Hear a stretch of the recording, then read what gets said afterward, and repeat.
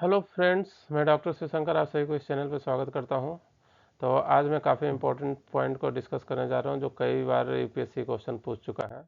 तो वो important point है सोर्स ऑफ कॉन्स्टिट्यूशन। तो इसमें ये बताया जा रहा है कि हाँ, संविधान में जो भी पॉइंट्स को लाया गया है वो किस अलग अलग कंट्री से लाया गया है। तो इसी चीज़ को मैं डिस्कस करूँगा कि जैसे डिफरेंट फंडामेंटल राइट्स हैं, जुडिशरी पावर है, ये किस कंट्री के कॉन्स्टिट्यूशन से लिया गया। इन सारी चीज़ों को इस वीडियो में डिस्कस किया हूँ। ये छोटा वीडियो है, रिवीजन के लिए बहुत इंपॉर्टेंट है। इसका पीडीएफ भी आप लोग डाउनलोड कर सकते हैं या फिर गिवन सीएन नंबर पे आप व्हाट्सअप कीजिएगा तो इसका पीडीएफ मैं सेंड कर दूंगा। तो आइए देखते हैं वन बाय वन करके। तो गवर्नमेंट ऑफ इंडिया एक्ट से क्या क्या लिया गया है, इसके अलावा भी बहुत सारी चीज़ें। मोस्ट ऑफ द जो 70% हमारा जो कॉन्स्टिट्यूशन है गवर्नमेंट ऑफ इंडिया एक्ट से ही लिया गया है, लेकिन इम्पोर्टेंट पॉइंट्स को सिर्फ यहाँ पर डिस्कस कर रहे हैं जो एग्ज़ाम में रेगुलर इंटरवल पे आपका रिपीट होता है। तो फेडरल स्कीम क्या है ये मैं डिटेल में बताऊंगा। फेडरलिज्म क्या होता है, तो फेडरल स्कीम एक्चुअली में सेंट्रल गवर्नमेंट से रिलेटेड है। वो स्कीम हमारा गवर्नमेंट ऑफ इंडिया 1935 से लिया गया है। ऑफिस ऑफ गवर्नर को ऐड किया गया है इसी एक्ट के द्वारा। जुडिशियरी को इसी एक्ट के द्वारा लाया गया है। पब्लिक सर्विस कमीशन इसी एक्ट के थ्रू लाया गया है। Emergency provision and administrative detail, ये सारी चीज़ें 1935 एक्ट के द्वारा लाया गया है। इसको रिवाइज कीजिएगा 2-3 बार तो याद हो जाएगा। फिर आते हैं ब्रिटिश कॉन्स्टिट्यूशन से क्या क्या इंपॉर्टेंट पॉइंट्स को लिया गया है। Parliamentary government system, rule of law, legislative procedure, single citizenship, cabinet system, prerogative writs, parliamentary privilege and bicameralism. तो सारी चीज़ें तो जानते होंगे मोस्ट ऑफ द लोग। ये प्रीरोगेटिव रीट्स क्या होता है ये ऐसे मैं डिटेल में बताऊंगा जब फंडामेंटल राइट्स पढ़ने जाइएगा। और सुप्रीम कोर्ट हाई कोर्ट में इसको डिटेल में बताया गया है कि रीट क्या होता है। प्रीरोगेटिव रीट एक्चुअली में विशेषाधिकार आपको her people of Indian citizen को दिया गया है कि कुछ चीज़ों को आपका डायरेक्ट हाई कोर्ट या सुप्रीम कोर्ट में आप रीट के थ्रू कोर्ट में जा सकते हैं। ऐसे नॉर्मली क्या होता है कि लोअर कोर्ट के बाद आप हाई कोर्ट में जाइएगा फिर सुप्रीम कोर्ट में। लेकिन फंडामेंटल राइट्स से रिलेटेड अगर कुछ मैटर आता है तो उसको आप डायरेक्ट रीट कर सकते हैं हाई कोर्ट में या सुप्रीम कोर्ट में। तो उसी को बोला जाता है विशेषाधिकार, प्रीरोगेटिव रीट्स। तो ये सब चीज़ें आपको ब्रिटिश कॉन्स्टिट्यूशन से लिया गया है। फिर आते हैं यूएस कॉन्स्टिट्यूशन से क्या क्या इम्पोर्टेंट पॉइंट्स हैं। फंडामेंटल राइट जो है वो यूएस कॉन्स्टिट्यूशन से लिया गया है। फिर इंडिपेंडेंसी ऑफ जुडिशरी सिस्टम, ये भी यूएस कॉन्स्टिट्यूशन से लिया गया है।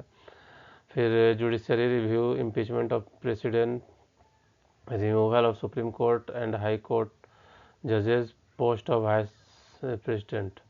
मीन्स इम्पीचमेंट ऑफ प्रेसिडेंट का मतलब होता है प्रेसिडेंट को कैसे हटाया जाएगा। इसको आपको यूएस कॉन्स्टिट्यूशन से लिया गया है। रिमूवल ऑफ सुप्रीम कोर्ट, ये सारी चीज़ें यूएस कॉन्स्टिट्यूशन से लिया गया है। फिर आते हैं इरिश कॉन्स्टिट्यूशन, मीन्स आयरलैंड से क्या क्या लिया गया है। तो directive principle of state policy, nomination of member of Rajya Sabha and method election of president. Means election कैसे होगा प्रेसिडेंट का, वो आयरलैंड के कॉन्स्टिट्यूशन से लिया गया। लेकिन प्रेसिडेंट को हटाना कैसे है वो यूएस के कॉन्स्टिट्यूशन से लिया गया है। मीन्स एक ही व्यक्ति का इलेक्शन आयरलैंड से लिया जा रहा है, उसको हटाने की प्रक्रिया को यूएस का, मीन्स इंडियन कॉन्स्टिट्यूशन को ये बनाने वाले काफ़ी दिमाग लगाएं कि कितना फ्लेक्सिबल बनाया जाए। मीन्स कुछ चीज़ों को फ्लेक्सिबल बनाने के लिए जो प्रक्रिया आसान दिखा कि हाँ आयरलैंड का इलेक्शन प्रक्रिया आसान है तो वहाँ से ले लिया गया प्रेसिडेंट का इलेक्शन के लिए। फिर इम्पीचमेंट जो है, चूँकि राष्ट्रपति एक सर्वोच्च पोस्ट है, उसको आसानी से नहीं हटाया जा सकता है, तो उसको impeachment of president US constitution को फॉलो किया गया है। ऐसा नहीं कि कुछ भी ब्लेम करके राष्ट्रपति को हटा दिया जाएगा लोकसभा राज्यसभा से, तो उसके लिए 2/3 मेजोरिटी चाहिए। तो वो बहुत सारी प्रक्रिया है, अगर वो पास होगा तब जाकर प्रेसिडेंट को हटाया जा सकता है। तो ये इंपॉर्टेंट पॉइंट्स हैं कि election of president and impeachment of president, ये दोनों याद रखना है। डायरेक्टरी प्रिंसिपल के बारे में डिस्कस करूँगा डिटेल में, वो होता क्या है और स्टेट को फॉलो करना चाहिए डायरेक्टरी प्रिंसिपल। वो स्टेट के गुड मीन्स पीपल के गुड वेलनेस के लिए रहता है। अब आते हैं नेक्स्ट पॉइंट, कनेडियन कॉन्स्टिट्यूशन से क्या क्या लिया गया है इम्पोर्टेंट थिंग्स, हो उसको मैं डिस्कस कर दे रहा हूँ। Federation with strong centre, means हमारे पास फेडरलिज्म रहेगा लेकिन उसमें सेंटर के पास ज़्यादा पावर रहेगा। फिर wasting of residuary power, means जो बचा हुआ पावर है वो सेंटर के अधीन रहेगा। Appointment of state government by the centre, governor का अपॉइंटमेंट जो है वो सेंट्रल गवर्नमेंट करती है, वो कनेडियन कॉन्स्टिट्यूशन से लिया गया। Advisory judiciary of the supreme court, supreme court जो है वो जुडिशरी मीन्स सुप्रीम कोर्ट को एक तरह से जुडिशरी एडवाइज़र भी कहा जाता है। अगर कोई आपका नया अमेंडमेंट लाया जाए या नया बिल पास हो तो उसका जुडिशियल रिव्यू भी सुप्रीम कोर्ट के हाथ में दिया गया है। और ये एडवाइजरी मीन्स कुछ कुछ सुप्रीम कोर्ट अपना एडवाइस के तौर पे प्रेसिडेंट को देते हैं कि इन चीज़ों को लागू करना चाहिए। तो ये सब कनेडियन कॉन्स्टिट्यूशन से लिया गया है। अब आते हैं ऑस्ट्रेलियन कॉन्स्टिट्यूशन से क्या क्या ऐड किया गया है। कंकरेंट लिस्ट मीन्स कुछ सब्जेक्ट जो है सेंटर के अधीन है, कुछ स्टेट के अधीन है, लेकिन कुछ सब्जेक्ट्स को कॉमन रखा गया है, उसको कंकरेंट लिस्ट बोला जाता है।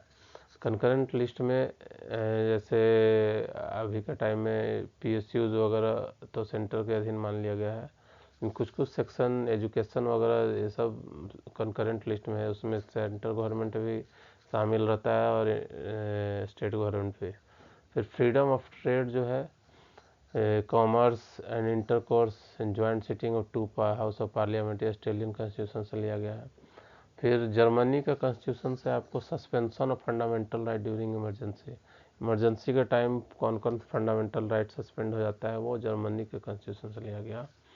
फिर रसिया USSR के कॉन्स्टिट्यूशन से लिया गया fundamental duties and ideal of justice in preamble, means हर जो भी सिटीजन है कंट्री का उसका क्या क्या ड्यूटीज़ होना चाहिए ड्यूरिंग इमरजेंसी या फिर नॉर्मली भी, वो आपको सोवियत संघ से लिया गया था। फ्रेंच कॉन्स्टिट्यूशन से आपको पूछा जाएगा कि क्या लिया गया है, या फिर ऐसे पूछ सकता है कि republic and ideals of liberty किस कॉन्स्टिट्यूशन से लिया गया है, तो French constitution. Equality and fraternity in the preamble जो है वो फ्रेंच कॉन्स्टिट्यूशन से लिया गया।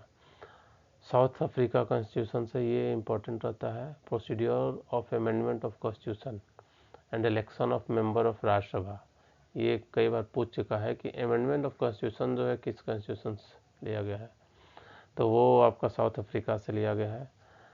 फिर जापान कॉन्स्टिट्यूशन से लिया गया प्रोसीड्योर एस्टेब्लिश्ड बाई लॉ के द्वारा कोई भी प्रोसेस को एस्टेब्लिश किया गया, वो आपको जापान के कॉन्स्टिट्यूशन से लिया गया है। तो ये जो भी पॉइंट्स मैं डिस्कस किया हूँ बहुत बार रिपीट हो चुका है UPSC और स्टेट PSC में, इसको आप 2-3 बार देखिएगा या वीडियो को सुनिएगा, आपको याद हो जाएगा। और नेक्स्ट वीडियो मैं बहुत जल्द 1-2 दिन में अपलोड करूँगा जो कि प्रीमेबल से स्टार्ट होगा। तो अभी के लिए धन्यवाद। इस वीडियो और चैनल को सब्सक्राइब करिए और वीडियो को शेयर कीजिए ताकि ज़्यादा से ज़्यादा लोग इसका बेनिफिट उठा सकें। धन्यवाद, आपका दिन शुभ हो।